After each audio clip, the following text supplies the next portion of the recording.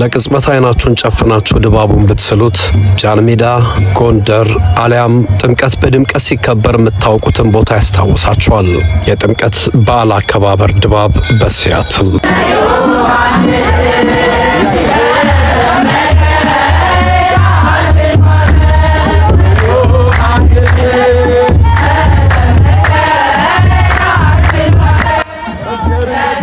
ኢትዮጵያዊ ኦርቶዶክሳውያን ሀገራቸውን ጥለው ሲሰደዱ ኪሳቸው ባዶ ቢሆን እንኳን ልባቸው ውስጥ ሃይማኖታቸውን በክብር አስቀምጠው ነው ባህር የሚሻገሩት። በየሄዱበት እምነታቸውን ያስከትላሉ፣ በተጓዙበት ቤተክርስቲያናቸውን ይተክላሉ።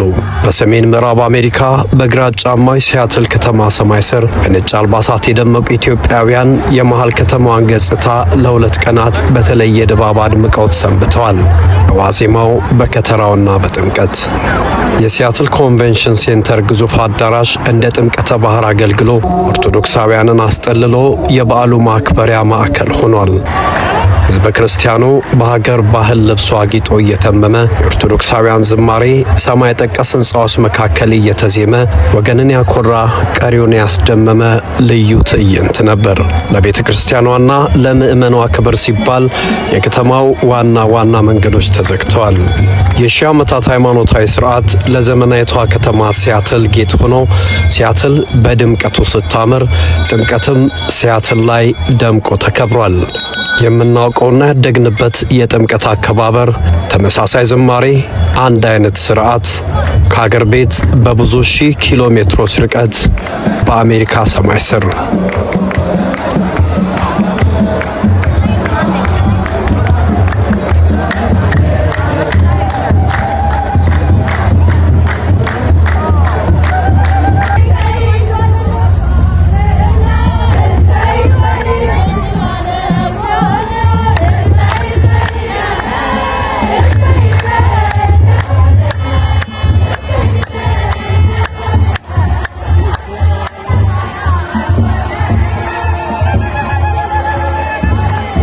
አዲስ አበባ ውስጥ ነው ያለሁት ወይስ አሜሪካ ነው ያለሁት የሚለው ነገር ዛሬ አጠራጥሮኝ ነበር። ዛሬ ጥምቀትን በሲያትል አክብር ያለው የሰውን ብዛት ተመልከቱት። ጸበል ስንጠመቅ ራሱ ኢትዮጵያ ያለው ግፊ አልቀረም። ምንም ነገር አላመለጠኝም።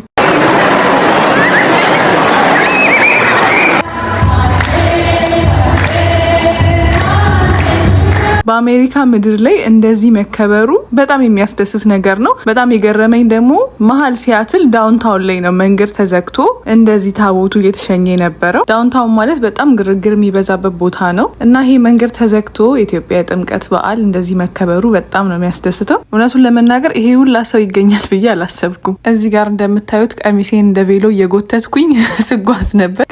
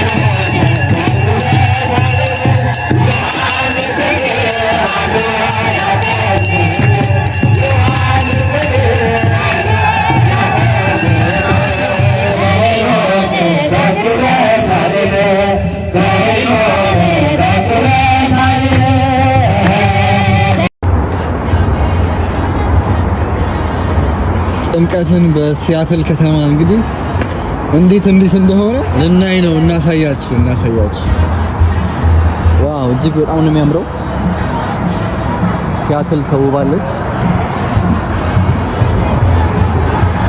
ታቦቱ እዛ ጋር ወጥቷል። ዋው አንዳለና ነጮች ምን አይነት ባህል ነው፣ ምን አይነት ገራሚ እምነት ነው ያላቸው ብለው በቃ እንዳለ ካሜራ እየቀረጹ ነው ማለት ነው።